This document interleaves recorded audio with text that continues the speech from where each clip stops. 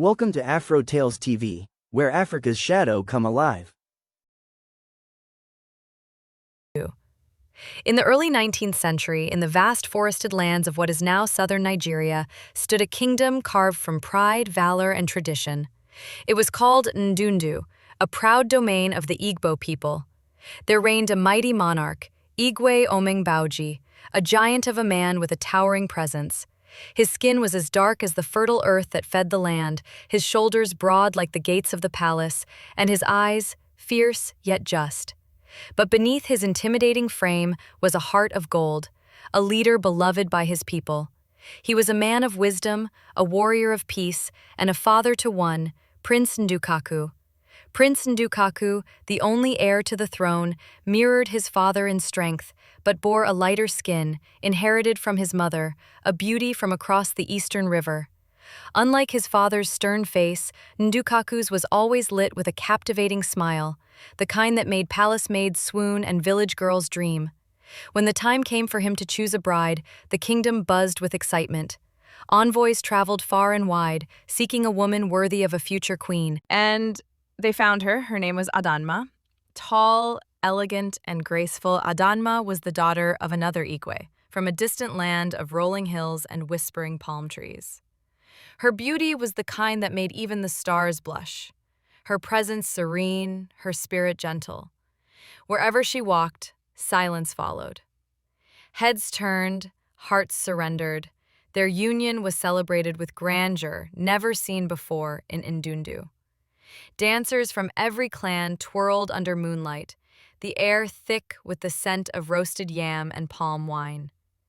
Elders spoke of peace between kingdoms, of a golden age.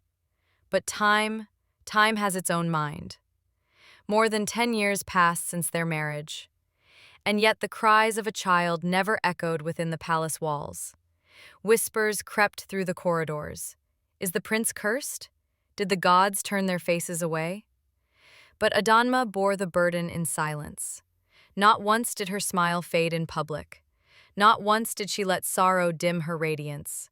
She sought answers, not in charms or sorcery, but in spiritual seeking. She turned to the sacred groves and later, to the teachings of the cross. And then she met a preacher, a white evangelist assigned to the king's church, a man on fire for God yet unaware of the fire that was kindling inside the heart of a lonely queen. They found in each other questions unspoken and comfort. A forbidden intimacy slowly bloomed, unspoken yet undeniable. But what no one knew was that her barrenness was not of nature's doing. One full moon elapsed before the princess was convinced that the curse has finally been broken.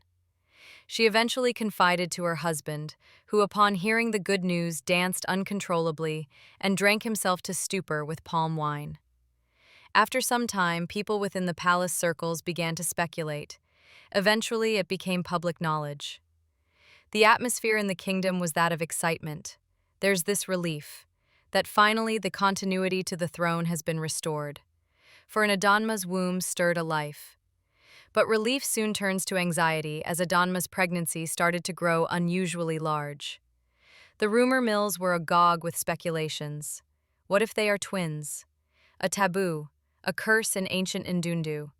The birth of twins was seen as a rupture of natural order, a thing of shame, a thing to be hidden or destroyed. The queen wept silently in her chambers. The preacher and his wife, once part of Mary Slessor's mission in the Cross River, stood by her side. They vowed, "These children will not die." When palace ears caught whispers of the growing belly, a storm of tradition, faith, and foreign intervention collided. The colonial authorities were called, a royal scandal, a kingdom on the brink of spiritual rebellion. But this was the moment history bent its spine. In the heat of tension, a declaration was made. The tradition of killing twins was abolished. If you've been inspired by these love stories, I want to hear from you. Share your own love story in the comments below, and be sure to check out my other videos on cultural topics.